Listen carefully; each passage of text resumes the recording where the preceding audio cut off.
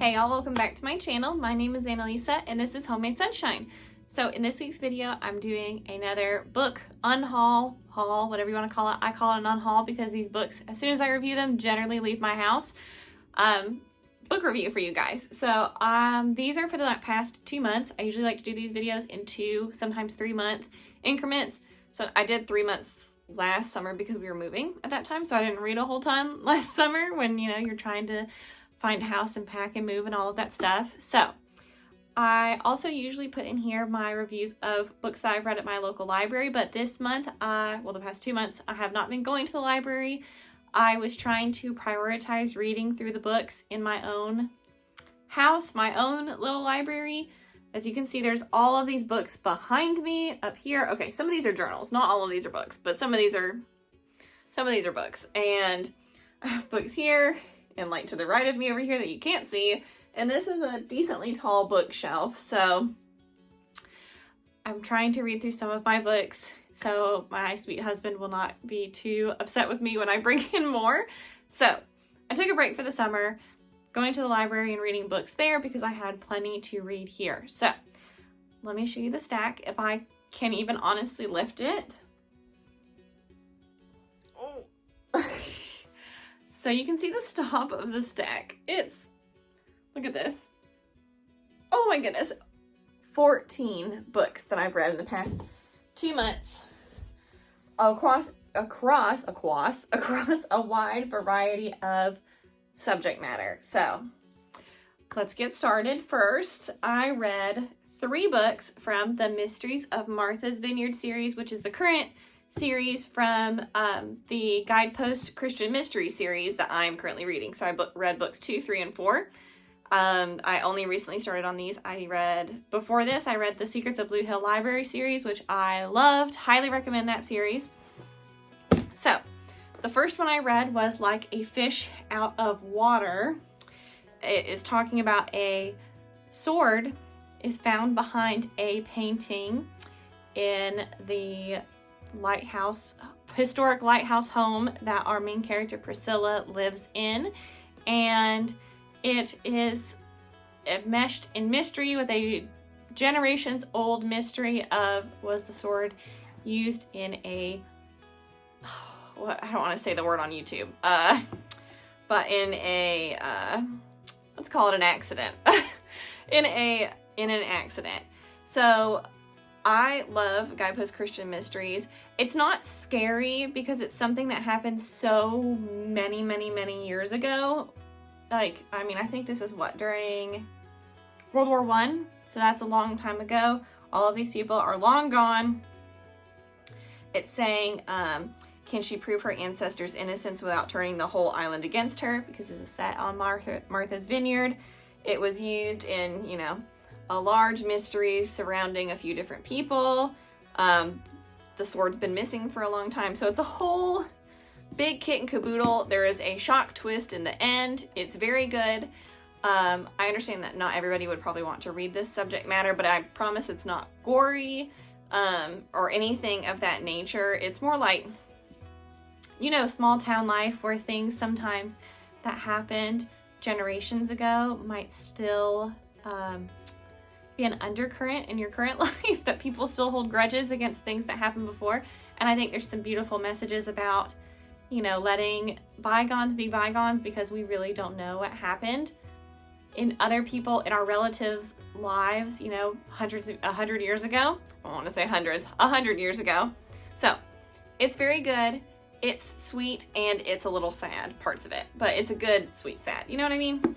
So next was Adrift, which is about a houseboat that is found abandoned. They can't find where the man is that lived there. A lot of people don't even know who this man was, and it's basically all about the hunt for this missing man. It's crazy. This was a really, honestly, wild one. This series makes Secrets of Blue Hill Library look so tame, and it's because it is. Definitely, Secrets of Blue Hill Library as a whole is a lot more tame than this series is. This is a lot more chaotic, crazier things are occurring. My husband used to joke about the Blue Hill Library series. He'd be like, oh no, is there a missing vase this month? So this one's a lot more crazy because it involves a missing person, and yeah, it's wild. This is a wild book, honestly, but I was captivated. I loved it. In these books, justice is, I would say, always served. Justice is always served, and things always turn out good in the end. So if you're worried about that, it always does. Next, we have Maiden of the Mist, and this is a great one for fall. This is set in fall, and it is about the old spooky tale of the Maiden of the Mist that haunts where our main character Priscilla lives. And because this is Guidepost and we're coming at it from a Christian perspective, they never once give credence to thinking that this is an actual ghost, you know? So there's, if you're worried about it being, what's a good word? Unchristian themes, don't worry about it. They like, it's just like, the woman is known as the Weeping Woman. She shows up outside of her house and she's like, oh my gosh, did like I actually see a ghost? Or like, there's no way. But it's great that you can have sort of like a ghost story, a historic ghost story, while also not giving credence to the fact it's just a story, that sort of a thing. And yeah, they're trying to figure out who is this woman that's showing up, and is she trying to run her out of town? There's a lot of people, there's a ton of suspects. It's also figuring out the mystery of the woman that that the story's based on, the Weeping Woman. What happened to that woman historically? So you're always like, similar to Like a Fish Out of Water. It's like you're solving two mysteries at once. You're solving the modern day mystery of what's happening, and then you're solving what is the historical mystery of what happened. Like the incident with the sword in the other book, with also the mystery of why was the sword hidden in the wall? What in the world does that mean? This one, the Maiden of the Mist, who the heck is she? Why is she trying to scare you? And then who was the Weeping Woman originally? What happened in that story? So I can highly recommend all three of those. Definitely a little bit more thriller than if you have read Secrets of Blue Hill Library, just for reference. I enjoyed it. I understand that probably not everybody else would. Okay, so next on to nonfiction. What might be my favorite book of the summer? Didn't even realize this was a book. I picked this up at a free little library that was in a restaurant, and oh my heck, it is a great, great book.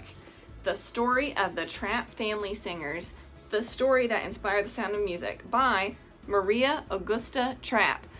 I didn't even know that this was a book. I had no idea that the family that Sound of Music is based on, that the mom, the wife, who Julie Andrews plays, wrote a book about their experiences.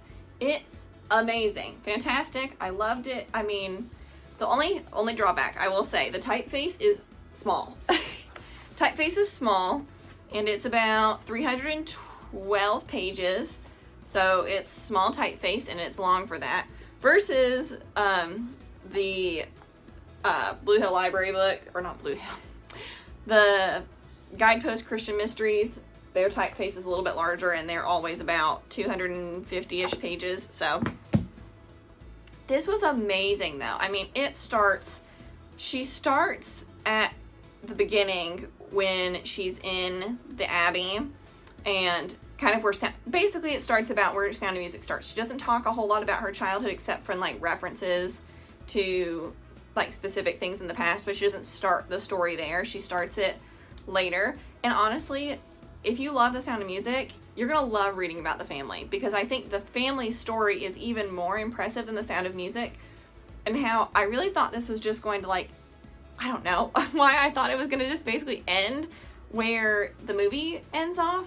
No, like this follows like a large portion of their lives, what it was like when they came to America, how they become the Trapp Family Singers, and where they eventually land. I don't want to give away too much, where they eventually land and settle in. It has strong Christian theming throughout. She was a very devout Catholic, which, of course, that's what you would infer from the fact that she wanted to become a nun. And she just gives some beautiful imagery. She is a great writer, I believe. I think she retells her family's whole life story in a beautiful manner. My favorite is she talks about, like, your life being like a tapestry. And I don't know if she's the one who originally came up with this. I don't remember, or if she quoted this from somebody else. But because her life was crazy. I mean, it was chaotic. You know, she was going to become a nun. She becomes the mother to all these children. You know, World War II begins. I won't give away because there's even honestly crazier stuff that happened during the World War II part of why they flee. I will not spoil that. It's really good. And she talks about how, like, when you look at the back of a tapestry, it's just a bunch of, like, crazy interwoven strings. But when you flip it around is when you get to see the whole beauty of, like, all of those crazy strings being all over the place, and how that's, like, a metaphor for our lives, how God is weaving your life into a tapestry, and sometimes you can't really tell what all of this, like, mess of yarn is going to turn into. But then when you flip it around, you get to see the whole beauty of the whole story laid out. I loved that metaphor. I thought it was amazing. This is a really great book, y'all. I'm saying put this on your book list. It is really good. And this one, the edition that I have includes, like, photographs of the family, which is really neat. And it's a special book. I'm very, very happy I read that. Definitely my favorite book of the summer. So, now into some general fiction books that are not guidepost. I read Maeve Binchy, Chestnut Street, which this author has sadly passed away. I think this was her last book, which is kind of surprising that that's the book that I started with. But it is talking about Chestnut Street in Dublin, which is, I don't even know if that's a real place, to be honest. I didn't look into it. But all these different people and stories of their lives on Chestnut Street, and I think she does a beautiful job of weaving in all of these very different lives that can be coexisting, commingling, all within one street. In a place. And each chapter is broken up into one individual story. It's about 350 pages, roundabout. And it's very, like, thought-provoking and deep. This is not, I would say, a casual read, but there's also a lot of, I would say, real people stuff in there, like divorce, infidelity, there's a little bit of crime, like, you know, like your children that are doing the wrong things according to their parents. There's all these different things. So this is set in, I believe, the 90s too. And it's a really good book. It was not my, like, all-time favorite, like Sound of Music over here was, but it was very good. I think she fleshes out her characters well, and she writes a very convincing, realistic character. But some of the stories just make me kind of sad, honestly.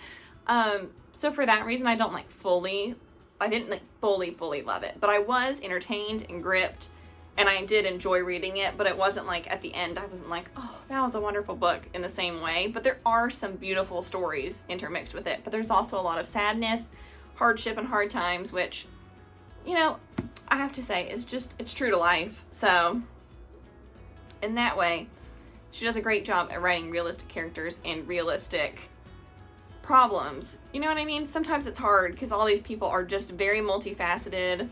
You know, nobody is fully good or bad for the most part. And I would say at the end, she puts more awe-inspiring, hopeful stories. Because sometimes you're, like, looking at these characters doing wrong, like, in, like, big wrong things, like, that are going to affect them for, like, the next 20 years of their lives. Like marrying the wrong person, or like never taking the leap to do something, and you're like, you want to shake them and be like, no, can't you see what you're doing is wrong? Because we're from the outside looking in. But I think that's part of the beauty of the book, is that she writes such well thought out characters. So I think this one was good, talking about her realism about human frailty, never ignoring it, but always emphasizing it with cause. I feel like that's a good With Its Cause from Richmond Times-Dispatch, one of the reviews on the back. So, good book, just hard in some parts. Next, this is part of a trilogy, The Half-Stitched Amish Quilting Club, which, according to one of the leaflets in here, I think became a play or a musical, I believe. Oh, a musical. It became a musical in 2012. This is by Wanda E. Brunstetter, and I really loved this. I can't wait for the next one. This is about an Amish widow who decides to offer quilting classes to try to help bring in some more income, so she doesn't have to fully rely on her children. And it's about all these very different people that you would not expect to be at a quilting club, all the different reasons that they get brought into it. I had to write down a character list at the beginning because I couldn't keep all the women's names straight. So that's just a tip for you there. I do that sometimes. I'll write the name down and like a brief description of who they are. We have like a pastor's wife. We have a biker dude. We have a feuding husband and wife. We have another widow. We have a snarky, like kind of rebellious teenager. And just how it's beautiful how God can reach us in so many different ways and how he orchestrates our lives in with each other. So this is another great Christian read. I think that's what I didn't love about Chestnut Street. I know I keep coming back to books after I've already reviewed them, was that I love books with a strong Christian theme running throughout them, like The Sound of Music, like this, where the Christian worldview is intertwined with the book.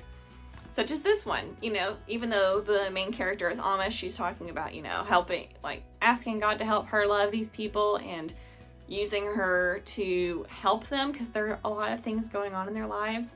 And it's just beautiful. It's beautiful how God can take such unlikely people and use you to accomplish his will and to help others. So, for that reason, I really loved this book. It was very, very good.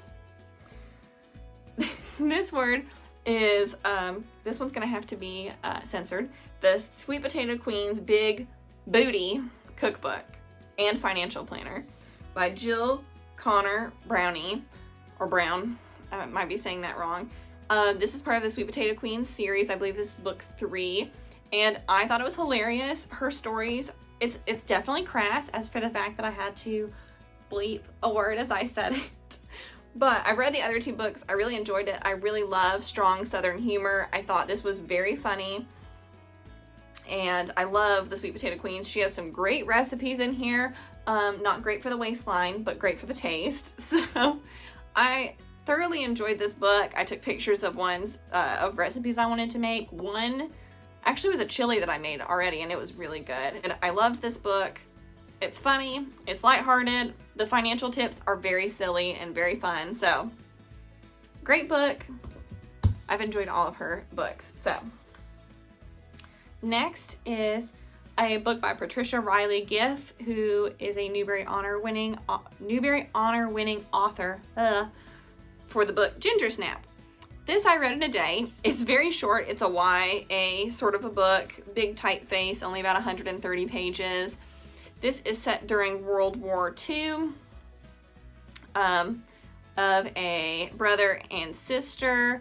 The brother is being shipped off. She's being sent to live with just like their landlady, and all of the ensuing trials that she is trying to undergo to figure out more about who she is. Her parents passed away when she was young, and her brother is not a big talker, so she's trying to piece together like who she is and where she comes from.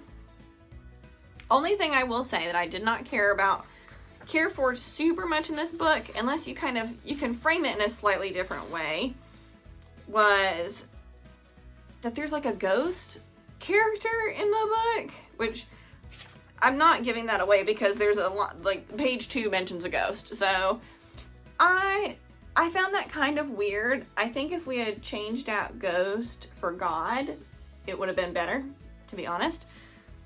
Because the ghost is who's like helping her along her journey, and I think if it had been more of like an angel or something more spiritual guiding her along, it'd have been a little bit better. But it's kind of weird that it's a ghost, because the ghost is such a like flat 2-dimensional character. Like first off, I don't really like anything with ghost in it. Second off, it's a 2-dimensional character and we don't get anything else fleshed out about her. Like, why is she a ghost? Why the heck is she here? Why is she helping this little girl that they call Ginger Snap? Who knows? I have no idea. So for that reason, it was good and it was a sweet story, but that part was just kind of bizarre. And I think if they had like changed it to like a guardian angel and then maybe revealed like, I don't know, it was her mom all along or something. I don't know. If it had been changed into a guardian angel of some sort, I think that would have been better to me. So, just gonna say that. Another historical fiction book, The War That Saved My Life, which has a Newbery Honor Book Award, And I really liked this. This is another YA book, which is in very bad condition. I got this very inexpensive. This is about 300 pages.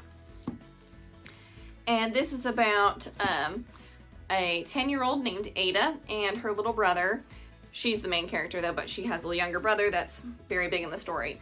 So this is set in World War II in Britain, and she is physically disabled in a particular way, but I'm not going to reveal how because they don't reveal exactly the disability at the beginning. And she is being neglected is the kind word to say for this, but she is in suffering. And when they start to send children out of the cities during the war because they're afraid of bombing, she sneaks out with her brother and goes for it. And it's a beautiful story of found family.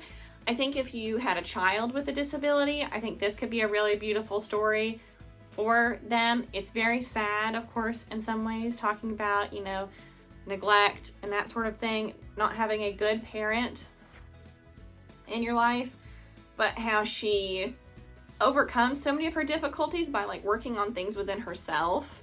Not even like, oh, you can overcome physical disabilities, but like working on like finding like self-value and those sort of things. So in that aspect, it was beautiful. There's a horse. So if you like horses, there's a horse in this story, and it was very good. So liked this book. It was very sweet. Of course, it's got sad parts, but that's because it's a World War II book. There was a lot of sad things during World War II. Next is Girl in the Blue Coat. This, I'm not really gonna recommend totally because it was sad. I read this the whole way, which is why I'm reviewing it, but it was sad. I mean, oh my heck. Oh, this is about a girl named Hanique who is delivering black market goods, and mourning the loss of her boyfriend. And honestly, I really didn't like it for the fact that it was just like, it was really heavy. And I don't like reading really heavy books, to be honest, because I read books for escapism, not for just like, I don't know. I read books to get away from the problems of the world, not to like face them head on. It's like the difference in these two books is like, there were sad parts in this book, but overall it was a heartwarming story of like overcoming physical limitations, overcoming what people have said about you, finding, you know, family and love in unexpected places. This one, it ended just sad. I thought it was going to get better by the end. I thought there was going to be a little bit more happiness than there was, but it just got more sad. So for that reason, I don't love this. Moving on. I read 2 decor books. I say read, I usually don't read through these books, so you should just look at the pictures. So I'll review the pictures. We have Country Chic by Country Living. This is a retro, I think vintage at this point. What year is this published? Or almost vintage. Book by Country Living. Let's see, 2001, so it's vintage. I think 20 years is the line. So this is just a country style for modern living. I liked some of it, and then some of it, I was like thinking to myself, country living, y'all, this ain't country. Like, what are y'all talking about? I don't look at this room and think country. I think there's nothing in here. Where's the wall art? So that one was called Modern Pastels. And so some of the rooms I really enjoyed different things, and then other stuff I said, huh, not a fan of that. I'm trying to see, there was one that was like a minimalist thing, and I was like, oh, that is so bizarre. And others I loved. Like, okay, I think this is supposed to be the master bedroom in this house. Have you ever seen somebody's master bedroom that looked like that? I mean, I'm not even talking about like being overly staged or anything. I'm just talking about like, there is no headboard. It looks like just a blanket on a box spring, honestly. I'm like, I don't even think there's a mattress. Do you think there's a mattress? I don't think there's a mattress. So, I give it a mixed review. Would I buy it again? No. But I bought it really cheap at a thrift store, and I enjoyed looking at it. So for that fact, it's great. Would I pay like whatever Amazon's probably charging for it? No. But You can check it out at the library. There were some good sections. Let me see. I'll try to end it on a nice note. Let's see a good section. Oh, I loved this page with the florals, talking about like vintage florals and stuff. This I enjoyed. I like this is cute. This is cute. I like the beaded napkin holder. That's a dragonfly. Like the purse, the little pastel leather-bound notebooks. Those were cute. So we'll end on a nice note. This book I think is also vintage. This was The Art of Accessorizing. Didn't read it. A lot of the times I feel like in decor books, they're just kind of like saying things that are pretty obvious. I really enjoyed this book because there were rooms that were either like, oh my gosh, timeless, I'd put this in my house today. Or you look and you go, this is the early 2000s for you right here. Which if any of your houses look like this, I promise I would never come into your home and be like, that's hideous. But like, I would be a little questionable if you had just that one room with the bed that doesn't look like it has a mattress, looks like it's like a boy's apartment because there's nothing in it.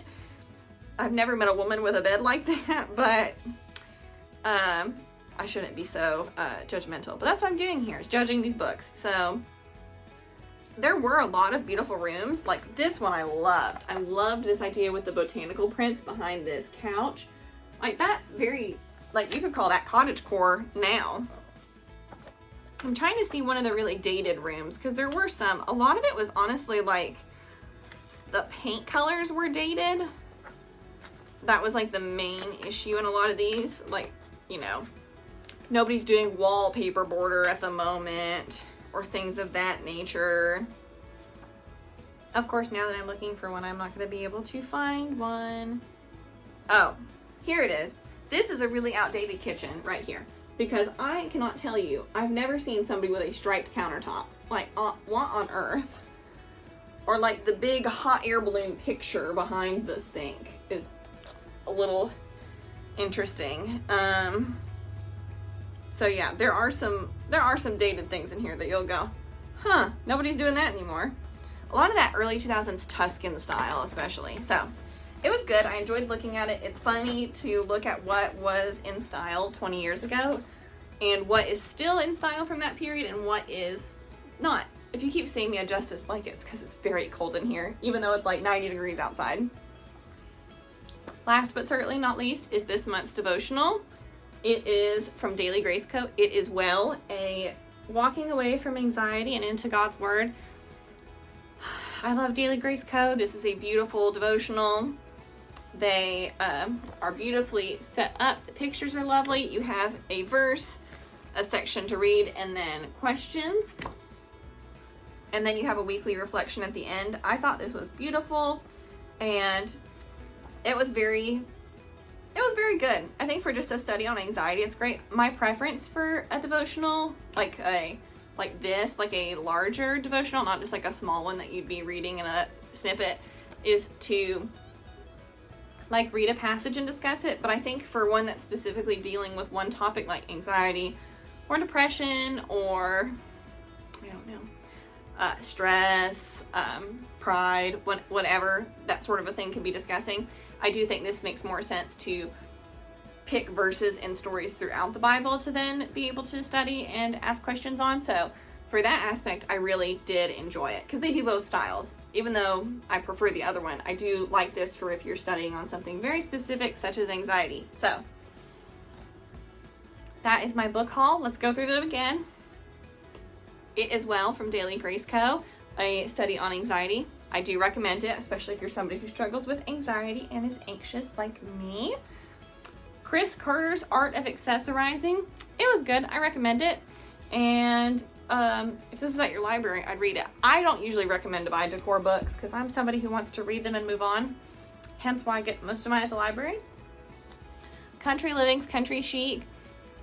It's a hoot, y'all. I mean, a lot of this I would not call country chic. That's why I don't like it. I thought this was going to be way more country homes, and it is almost no country homes. I'm like, this does not look like a farm, like farmy country, except for like the first one. This is what confused me. This looks like country. They talk about the shaker style. Loved that section. So, not my favorite for that aspect because I was going into it thinking it was going to be more country than it was. Girl in the Blue Coat by Monica Heasey. This is a bestseller, so it's just my opinion that it's really dark and really heavy, and for that reason I would not waste my time to read it again because it's too sad. You should read The War That Saved My Life instead by Kimberly Brubaker Bradley. Much better, because even though there's sadness, there's an underlying current of hope, which I appreciate. Ginger Snap, mixed bag. I didn't like the ghost, but the ghost wasn't in the book that much, so I did like it, I guess I should say. But my critique would be I don't like the ghost, because it's kind of a weird thing to just add in there. Sweet Potato Queen's Big Booty Cookbook from Jill Connor Brownie. Great, funny. If you don't like crass humor, you're not going to like it. The Half-Stitched Amish Quilting Club by Wanda E. Brunstetter. Awesome, beautiful, wonderful Christian theming and lessons and overcoming adversity and struggles, overcoming your past, because we are all redeemed through Jesus Christ who has died for us. Loved it. Super great. Maeve Binchy, Chestnut Street. Really good. Thought-provoking. Doesn't have the Christian theming, which I think would have honestly made the book like a cinch for me, but you know, that's just me. You know, I'm just giving my own reviews. I don't hate on any of these authors, it's just my preference. So, very good. The stories of hope are what really get me. I love a hope story. The story that inspired The Sound of Music, the story of the Trapp Family Singers by Maria Augusta Trapp. Amazing, love it, add it to your TBR lists. It's a great book. Best of the whole summer. Maiden of the Mist, awesome book for fall. Honestly, without reading the first 3, you could probably pick up this book and just read it. Great. Historical ghost story without giving credence to ghosts being real. Adrift, big time thriller, including a missing person and a houseboat set adrift. Really good. Great Christian theming throughout, and big fan, and like a fish out of water.